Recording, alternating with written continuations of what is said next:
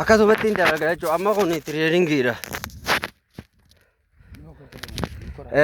Mokoraadha amma bakka hunda ooyiruu keessa kan akka kaa'e kana mokoraa cite hin jenne yoo lafa jira hin citu bari inni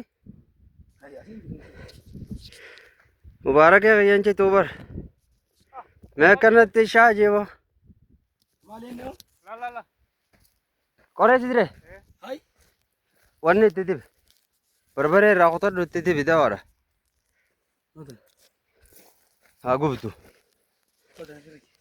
tiriiringiidha jechuudha mubaarak amma kanneen amata bootaa isaa qophaatti hin godha yeroo inni dhaabbamu yeroo inni fi dalagamuu qabus harkeetiin jira jechuudha biyya teenyatti seeritti dhaabanillee ni beekaga.